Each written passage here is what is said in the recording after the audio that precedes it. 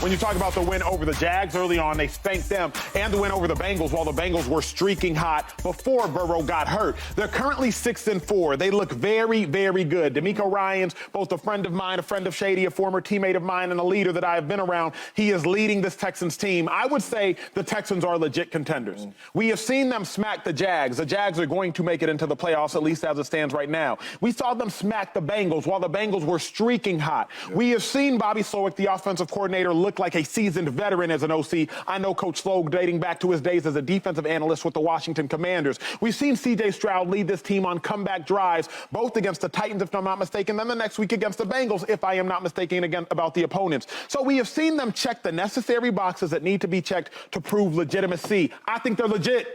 James, where do you stand? 100% they're legit. And you're right. You beat the Bengals coming off of a 3-game winning streak, beating the Niners, the Buffalo Bills, a really, really hot football team.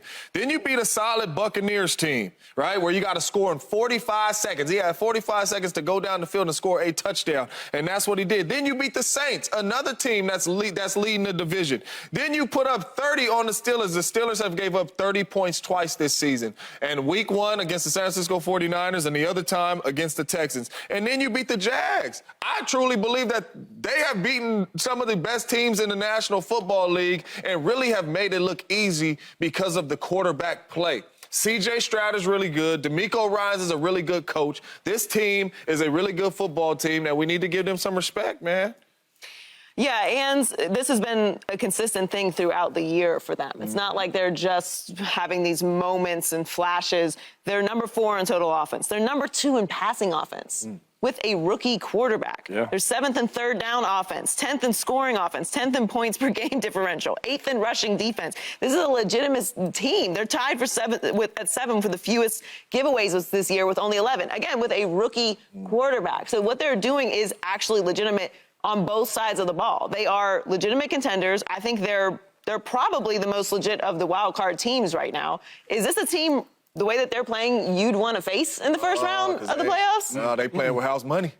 Correct. They ain't got nothing to lose. And that part. And that part. So yeah, I think you have to look at them and consider them to be a serious team, because their resume reflects it, not just with the record and where they are in the standings right now, but as James said, with the teams that they're beating. And another point is, even though they're playing this well under the 6th seed right now currently, but on the rest of the season on the schedule, they only got 2 more teams that got good records. That's it. So they might bump up to more than just a 6th seed. I mean, I think DeMeco Ryans is doing a hell of a job down there. He's got these guys believing. They're putting numbers up, they're putting stats up, they're putting yards up, they're scoring touchdowns, and the best thing is they're stopping the run. This team's a good team. So then what would stop this team?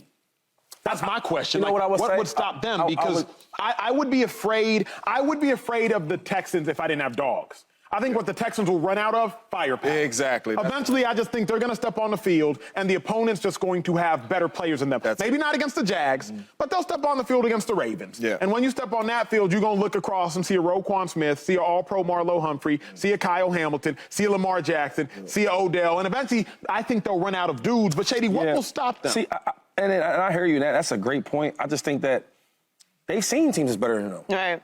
I mean, I'm be honest, I think every other team is better than them. Just looking at roster-wise, but I think it's going to come down to experience, right? I think a young quarterback is doing really well. He has to have a bad moment because that's what rookies do, right? And I hate to say that, but that's what rookies do, right? Him, you get the wide receiver, Dale, like they're a young team. So I think that the only thing that can stop them in the playoffs, it won't be the rosters. I think their roster is what it is, and they're playing really well. I think it'll be this experience, the maturity, right? All them things I think as a rookie, like, you know, preparing for a game at 5, 6 years in the league compared to my first year, it's like, you know what I'm saying? You think I got time, I'm going to do my thing. But no, it's more than that. And I think that the only thing that can stop them probably is just the age and the youth.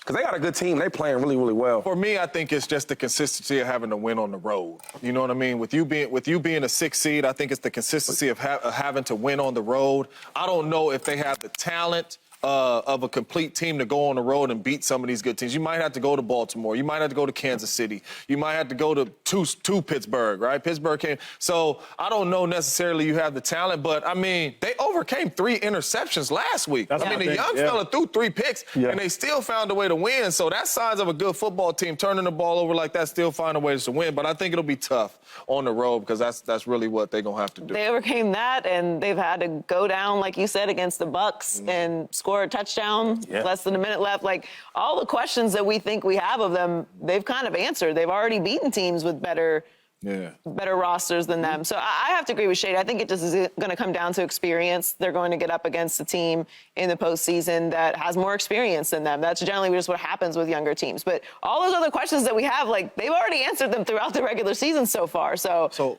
no, not to cut you off. So really quick, help me out. Is all their losses on the road? They lost to the Panthers on the road. They lost to the Falcons on the road. They lost to the Colts at home. They lost to the Colts at home. Lost to the Colts at home. Yeah. Lost to the Colts at home.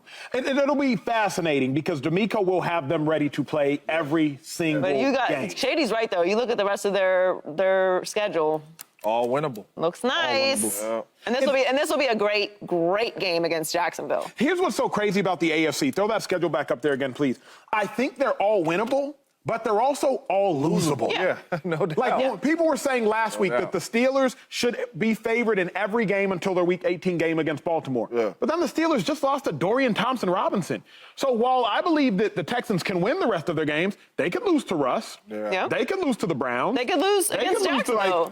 Of course, like Jacksonville for sure they could lose to. So the AFC is wild. Yeah. They're all winnable and simultaneously all losable. No doubt. Crazy to me. Well, it appears that Brock Purdy can't lose when his roster is healthy. That's what I have realized when Trent's out there, Debo, McCaffrey, and company. But after back-to-back dominant wins, has Purdy put all concerns to rest? It's going to be the best conversation of the day, and it's the next conversation of the day. Peace. Subscribe here to get the latest from Speak, and go watch a few segments from our other shows on FS1.